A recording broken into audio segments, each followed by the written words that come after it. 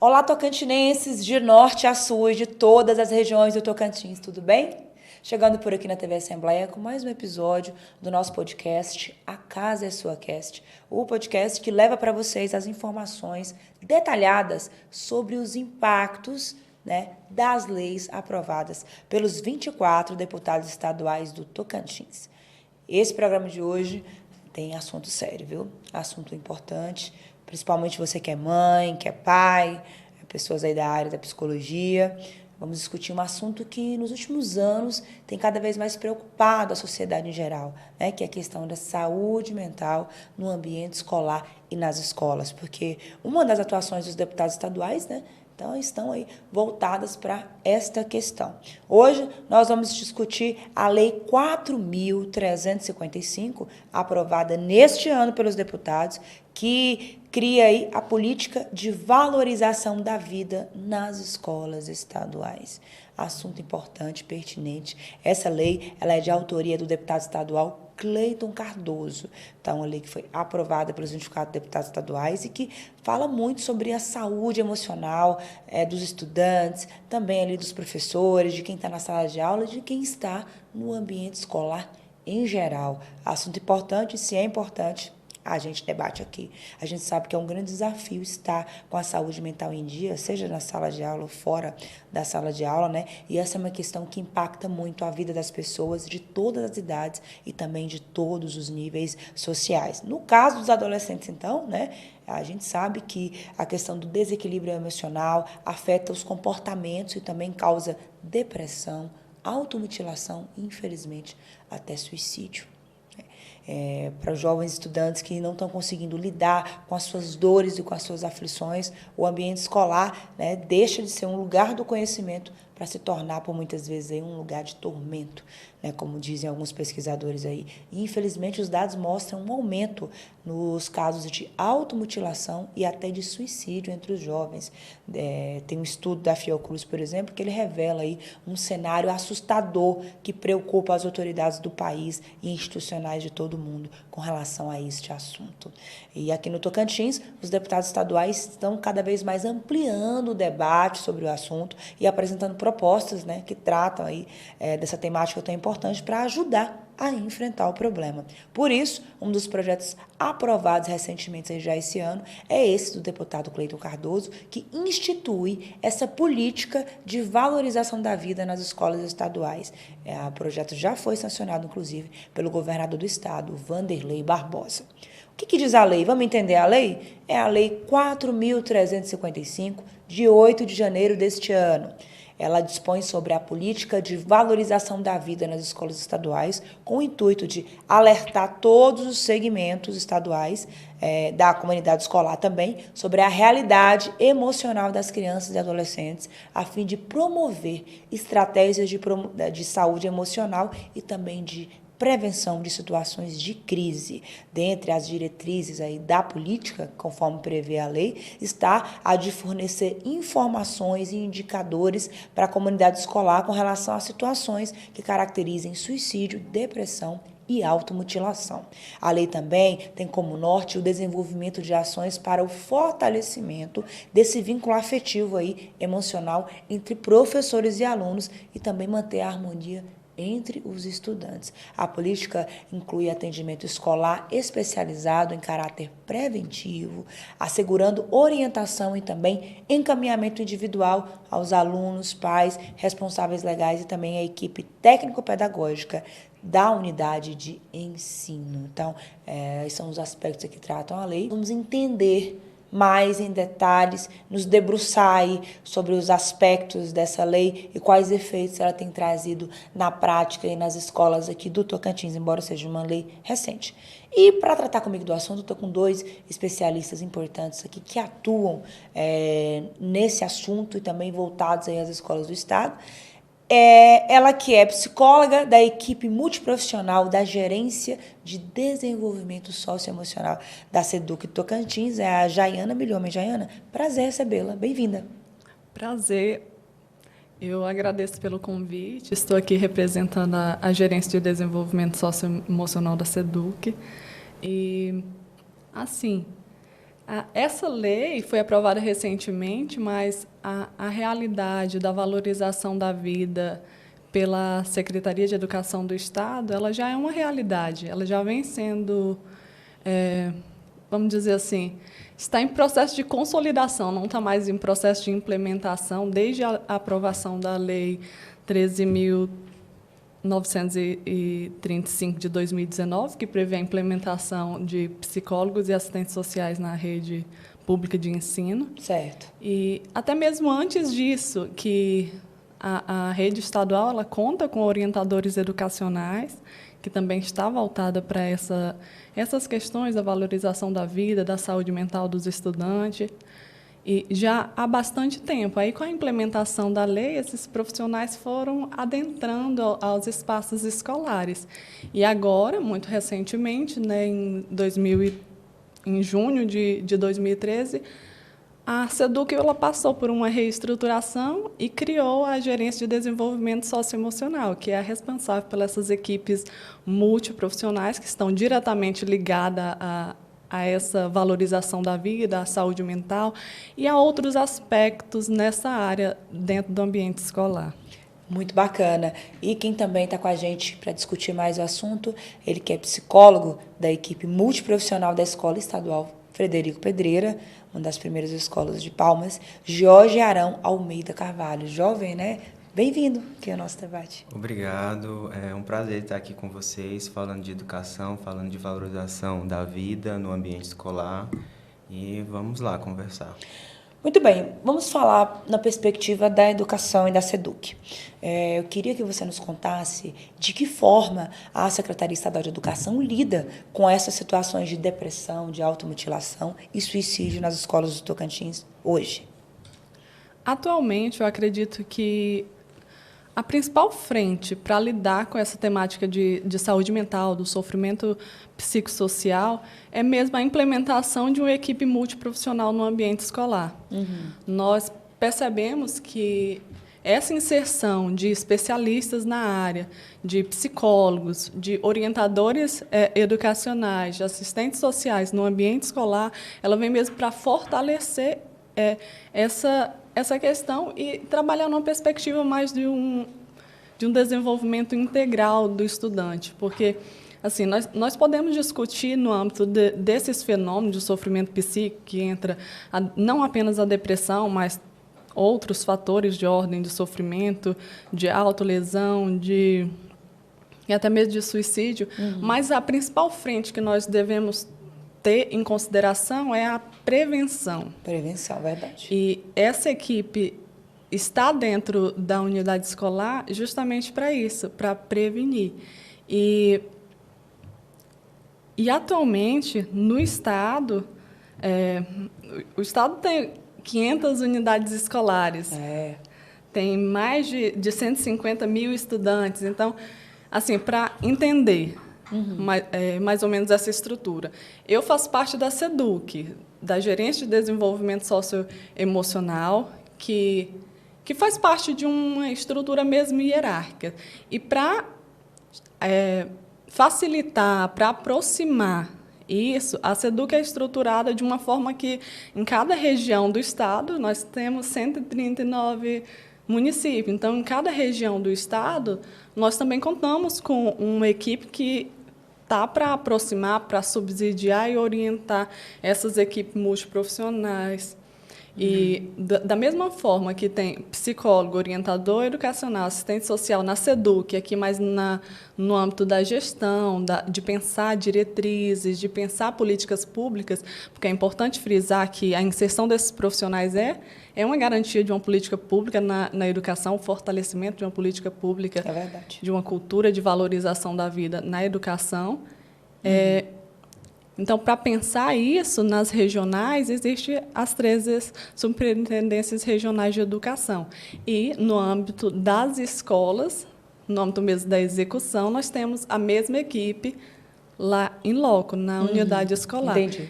Então, nós temos 238 assistentes sociais, 454 orientadores educacionais e 244 psicólogos inseridos nas unidades escolares da rede estadual de ensino do Tocantins. Isso é um avanço enorme. Verdade. Para pensar assim na própria democratização do acesso desses estudantes à atuação de um psicólogo, porque nós sabemos que a própria psicologia, por exemplo, ela tem se voltado muito mais para as elites, para quem tem condição de pagar. E aí, isso é um posicionamento muito meu. Assim, eu acredito que essa inserção da psicologia dentro da unidade escolar é a democratização do acesso à ciência psicológica. Eu concordo, muito bem.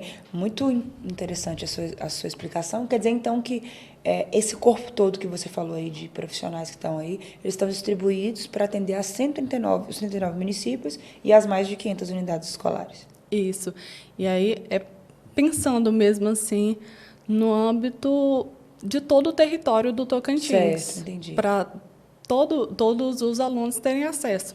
Assim, ainda existem escolas que não contam com determinados profissionais, e aí essa equipe ela trabalha em polos, ou seja, presta atendimentos de maneira assim dividida. Entendi. Uma equipe é responsável por 2, 3 unidades escolares, principalmente nos interiores, que é mais difícil o acesso a esses Entendi. Profissionais. Bacana. Jorge, é Jorge mesmo, né? Isso. Jorge Arão, lá na escola que você atua, teve ou tem estudantes com depressão, automutilação e ideação suicida?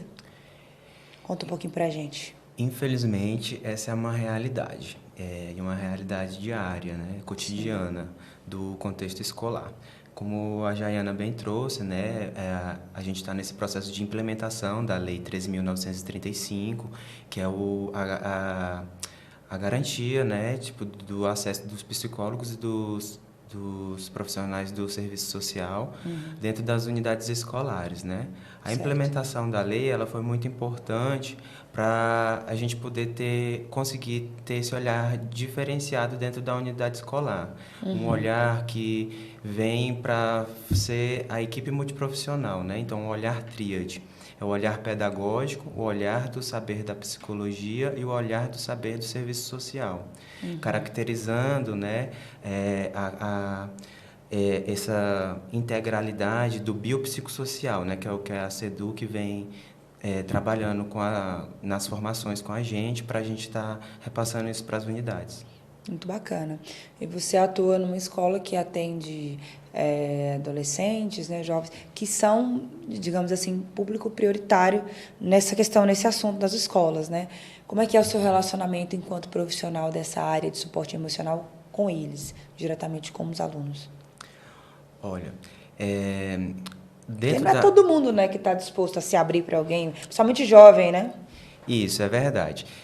A partir do momento que a gente entra dentro da unidade escolar, o primeiro passo é a psicoeducação, né? Que é comunicar para a comunidade escolar qual é o nosso papel, o que a gente está ali para executar, nos apresentarmos nas salas, para que a gente possa...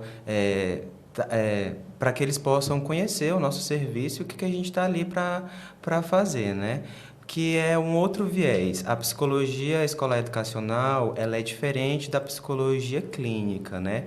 São áreas, a psicologia tem várias áreas. Então, dentro da escola, a gente trabalha com a psicologia da educação, que é a psicologia escolar educacional, a Entendi. prática e a pesquisa. Eu tenho uma curiosidade, assim, como é que é feita essa abordagem aos estudantes que estão com a saúde mental e emocional afetada? Como é que a escola consegue chegar, se aproximar e conseguir fazer esse acompanhamento?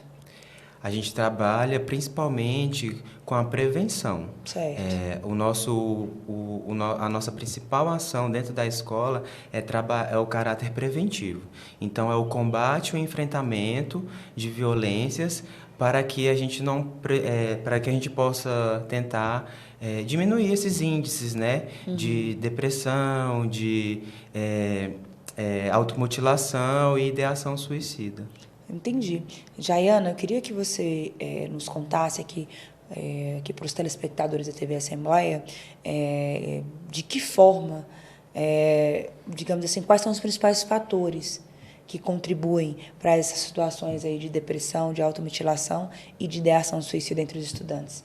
Você que trabalha diretamente ligado a isso lá nessa gerência da SEDUC, quais os principais fatores que têm levado esses adolescentes e alunos a esses quadros? E é uma pergunta boa para você também, estendo a você. Assim, quando a gente fala em sofrimento psíquico, e aqui você me apresenta 3 deles, né? Depressão, automutilação e ideação suicida, é importante a gente saber que nós estamos falando de coisas diferentes. Certo. E seria até irresponsabilidade da minha parte eu dizer assim, uma relação de causa e efeito, um fator específico. Então, é por isso que a gente fala em fatores mesmo de risco para o desenvolvimento dessas questões de sofrimento psíquico. E um deles é o bullying, o cyberbullying, que tem sido muito frequente, o abuso sexual, violências das mais variadas formas, questões de ordem psiquiátrica, então aqui entra transtornos, questões também relativas ao próprio corpo, à sexualidade, vulnerabilidade social e emocional, dificuldades e conflitos familiares ou dificuldades interpessoais, a impulsividade, rigidez de pensamento e a pouca tolerância. Então, existe uma série de fatores que contribuem para o desenvolvimento de certo sofrimento psíquico. E aqui a gente não pode fazer um recorte apenas dos transtornos, desse sofrimento em si, mas também um recorte da própria sociedade. É verdade. Nós estamos inseridos numa sociedade do imediato, uma sociedade competitiva, e a gente tem presenciado muito uma espetacularização da vida a partir mesmo das mídias sociais. Isso é verdade. E caminha junto com isso também uma patologização de que as pessoas não podem sofrer, que já se quer um diagnóstico. E aqui é um assunto muito sensível, porque a gente... É importante que se tenha um diagnóstico assim, precoce para começar o tratamento de forma mais breve possível, mas também não que seja um diagnóstico imediato, sem levar em consideração os N fatores daquele adoecimento. Então, a gente caminha nesse sentido de que, às vezes, os estudantes em idade escolar estão passando por um processo de medicalização e de patologização da vida. Então, vamos medicar, e aí sem entender, sem dar abertura para essas pessoas se manifestarem, se expressarem. E aí que entra muito mais nesse sentido, a prevenção no ambiente escolar, a atuação da equipe multi. Sim. E nós estamos, talvez, falo mais adiante. Não, pode ficar à vontade. Essa é a nossa intenção, esclarecer o máximo possível, uma conversa tranquila. Pode ficar à vontade. Obrigada. A educação, no ano passado, em agosto de 2023, lançou o programa Escola de Emoções, que é fantástico, eu vi.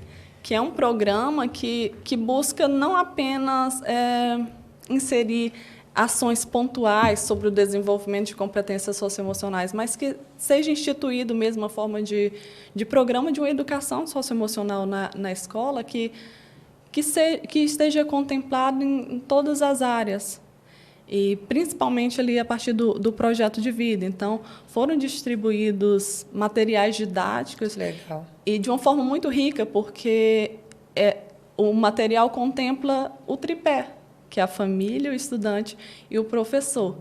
E isso é muito rico, porque não tem como pensar numa valorização da vida, não tem como pensar numa proteção da infância e da adolescência, num desenvolvimento saudável, sem incluir a família. Isso é verdade. Sem incluir todos os fatores, que é a sociedade, a escola e a família.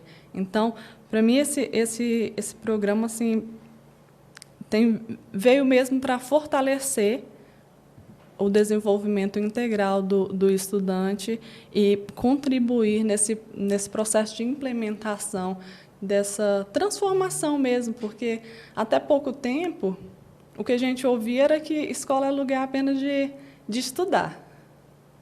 E aqui na escola não cabe problemas pessoais. E esquece que nós somos um todo.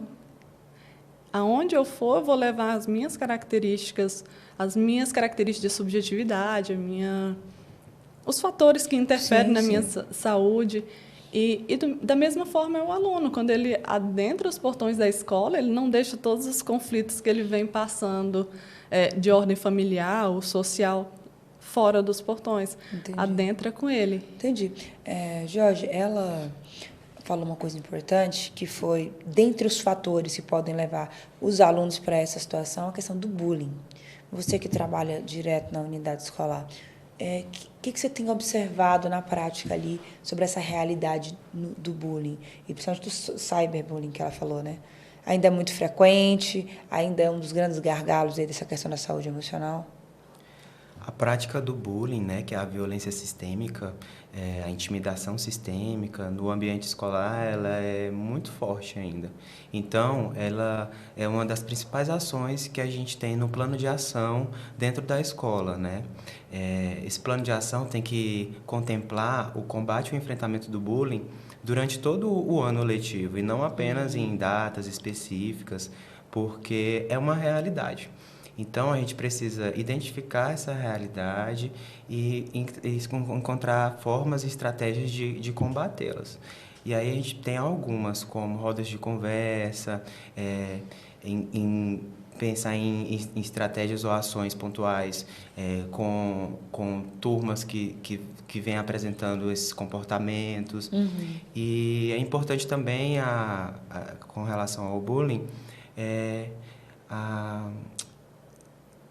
mostrar para os estudantes, né? Conscientizar sobre os efeitos que essa violência faz, Sim. que essa violência traz, porque é uma violência, né? Está dentro de uma das violências.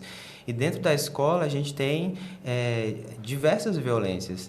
E quando a gente se omite e não acolhe o estudante que passa por essa situação dentro do ambiente escolar, a gente acaba cometendo a violência institucional, que é negligenciar. Então, a gente precisa estar atento e ter muito cuidado na forma de abordar, no acolhimento das vítimas, e também como conduzir essa situação também com quem está praticando, né? Porque a gente precisa de uma intervenção com quem pratica e também conscientizar a plateia, né? Que é quem assiste e não intervém. Então, a gente precisa romper esse ciclo do bullying para que o ambiente escolar possa valorizar a vida e trazer essa cultura de paz. Estamos aqui discutindo hoje sobre a Lei 4.355, de 8 de janeiro deste ano, de autoria do deputado estadual Cleiton Cardoso. Lei que prevê aí uma política de valorização da vida nas escolas estaduais. Esta legislação vem, com certeza, fortalecer as outras ações institucionais que já vêm sendo feitas no ambiente escolar, por parte da SEDUC, ali na prática, no dia a dia das mais de 500 escolas estaduais. Então, voltando aqui para o nosso bate-papo, Jorge, queria voltar para você. A lei tem um aspecto onde ela fala aqui que essa política deve incluir o atendimento escolar de caráter preventivo especializado, mas também assegurando uma orientação aos pais. Hoje, na prática, como é que funciona o seu trabalho da equipe com relação às famílias, aos pais? Como é que chega nessa família? Olha, a gente trabalha com a equipe multiprofissional, né? Então, junto a mim, na escola, tem as assistentes sociais e os orientadores educacionais. Uhum. A gente trabalha nessa comunicação com a família, na orientação. Muitas vezes acontece de estudantes já estarem em acompanhamento, por já ter sido identificada alguma questão, e ele já está em acompanhamento. Então, é muito importante essa comunicação direta com a família, para que a gente possa estar ciente e saber como conduzir essa situação dentro da escola. Essa parceria com a família, ela... Fiquei nervoso, gente. Não, fica à vontade. Então, essa parceria é importante, né, com a família. E tenho certeza que vocês devem ter alguns desafios, porque depende também do contexto socioeconômico de cada família, tem a estruturação de cada família diferente, né? Então, tenho certeza que deve ser um dos gargalos, né? Isso. Desafios.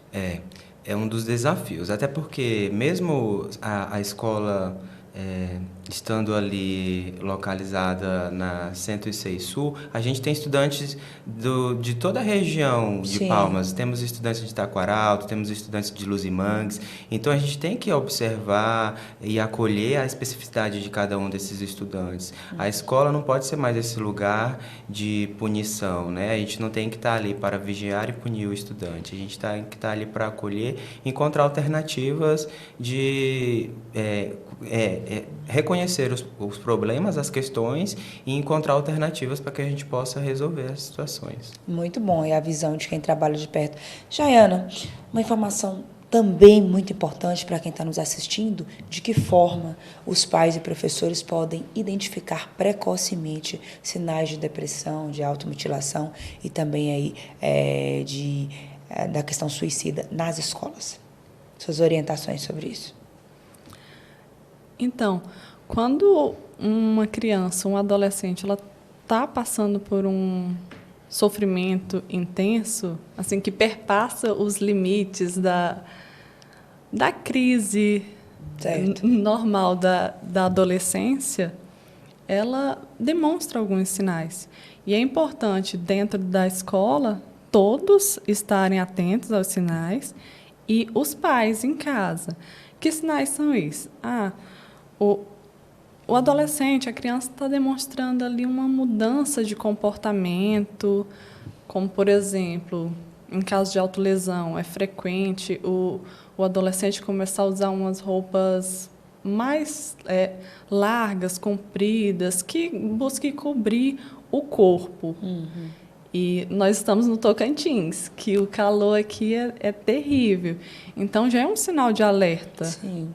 E uma mudança de humor, está demonstrando ali uma tristeza recorrente, intensa, um tédio que não passa, mudanças no comportamento mesmo, de agressividade, de irritação, que muitas vezes é confundida ali com rebeldia.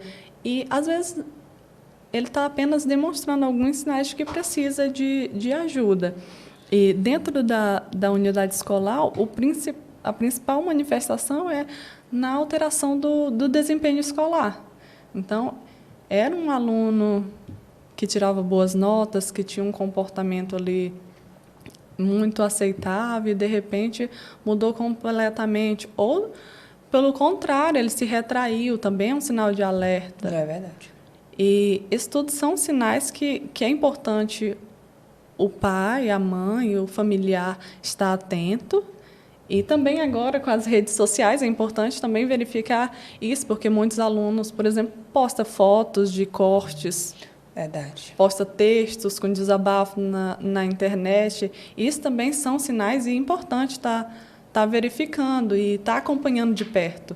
Então, muito mais do que isso, acompanhar mesmo o processo de ensino-aprendizagem do seu filho, no caso dos pais, de perto, está sempre indo nas reuniões, está sempre acompanhando as notas, está acompanhando esse acesso às mídias sociais, porque é importante. Quando um adolescente está em sofrimento, ele dá sinais. Sim. E a gente precisa estar atento. Está atento, é verdade. E eu acho que uma das principais atribuições assim da equipe multi é nesse processo de estar sempre de participar das formações que acontecem dentro da escola para orientar não apenas o professor, mas todos os educadores que trabalham no âmbito da escola. Porque todos os agentes ali dentro da escola são educadores. Então, pode ser que a merendeira perceba alguns sinais, o porteiro, o monitor de pátio. Então, quando existe esse diálogo, essa comunicação de como observar, fica mais fácil para identificar e ajudar, e intervir nesses casos. Jorge, eu quero saber, lá na prática, você integra uma equipe multiprofissional, né? Voltado para esse atendimento dos alunos. Como é que funciona a integração de vocês, esse trabalho na prática, por várias frentes, né? Isso. A equipe multiprofissional, né, são 3 áreas que juntas elas tentam encontrar as melhores alternativas para conduzir as situações dentro da escola, né? Então, como o surgimento dessas questões socioemocionais dentro do ambiente escolar, se faz muito necessário esse outro olhar, né? Um olhar crítico, o olhar da psicologia, o olhar do serviço social, juntamente com o olhar pedagógico, que é o do orientador educacional, né? Verdade. Então, é muito importante essa articulação, não tem como trabalhar sem essa articulação. E a gente faz esse papel também com a rede fora da escola.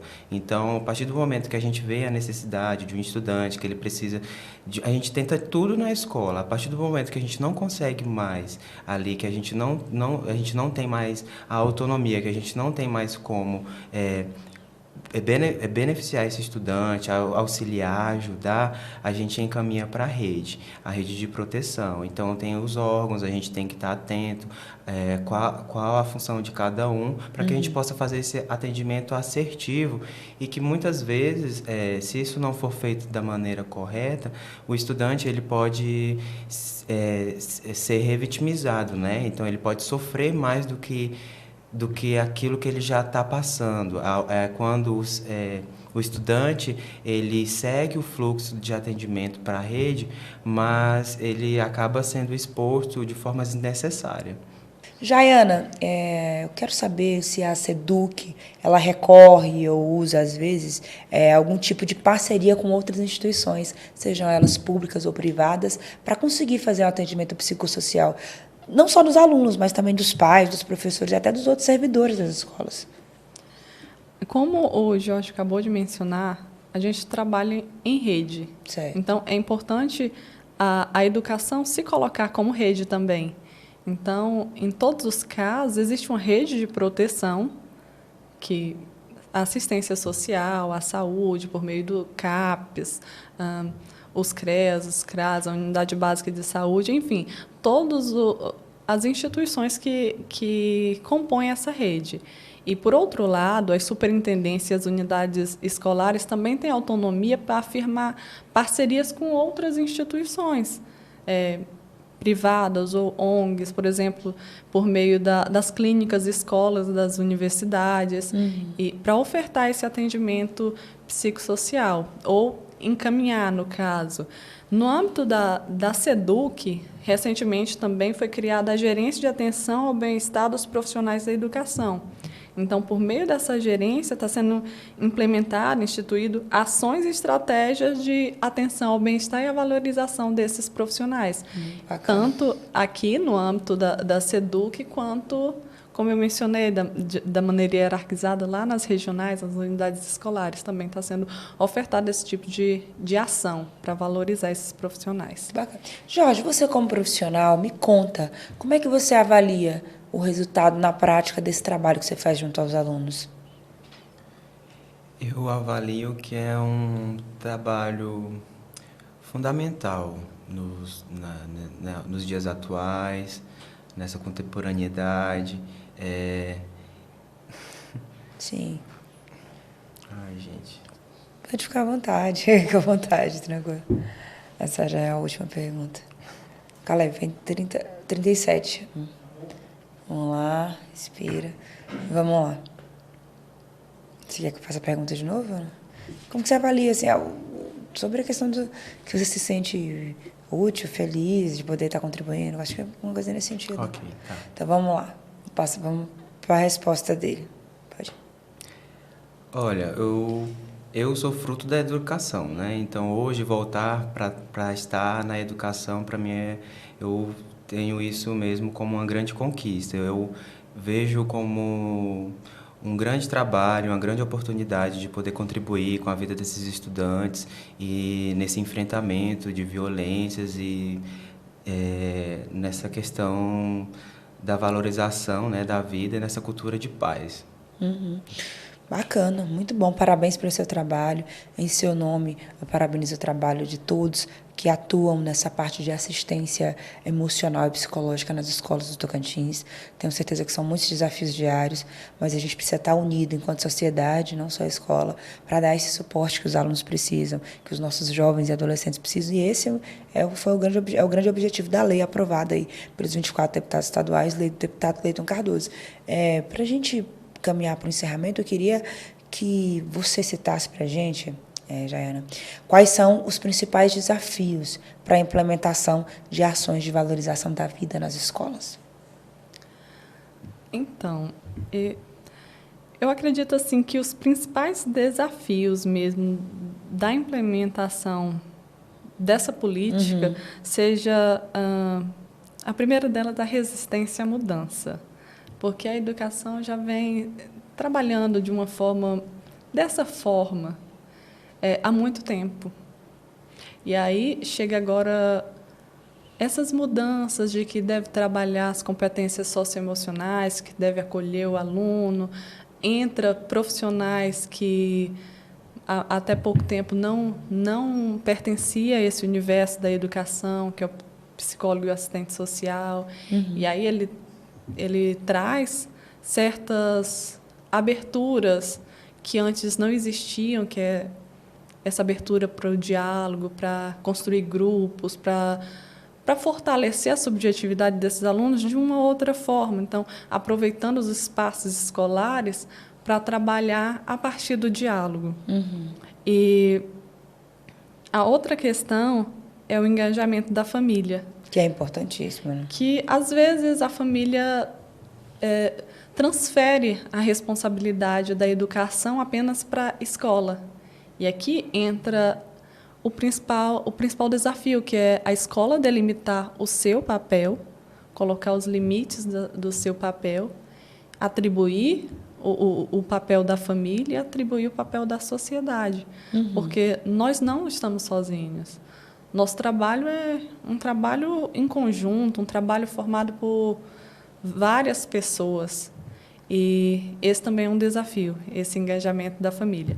E o outro perpassa pela própria formação dos profissionais, que tem que estar sempre em formação, buscando se aprimorar. E não é suficiente apenas a nossa formação de base, a gente tem que continuar, ainda mais quando a gente está inserido na educação.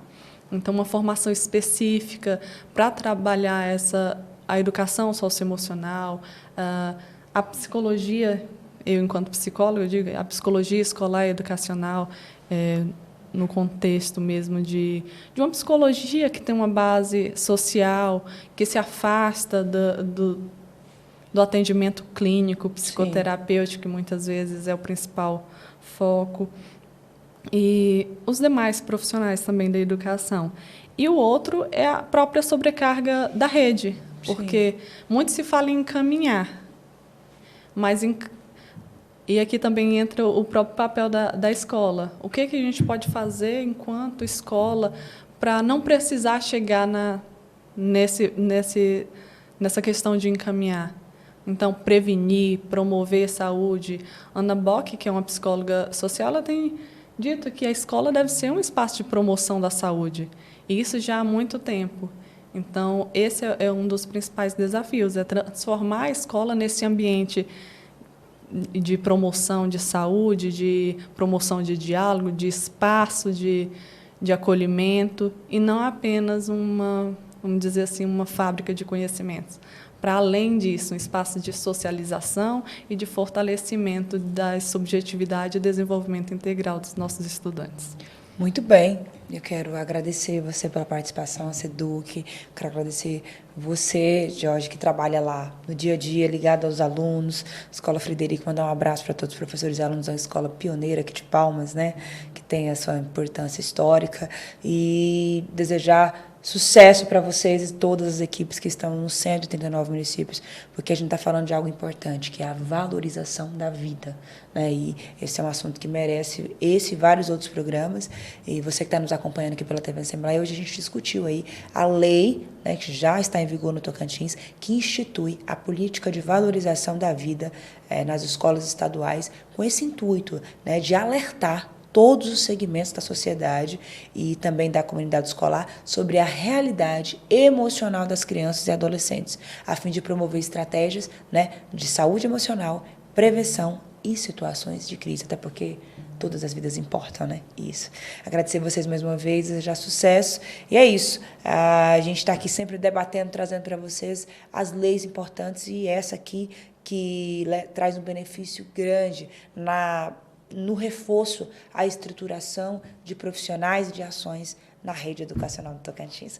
Por hoje é só. Muito obrigada pela sua audiência, pela sua companhia. Continue ligadinho aqui na TV Assembleia, porque a gente chega aí com mais programas aqui no nosso podcast A Casa é Sua Cast. Afinal, as leis aprovadas são para você, para todos os tocantinenses. Muito obrigada. Um abraço.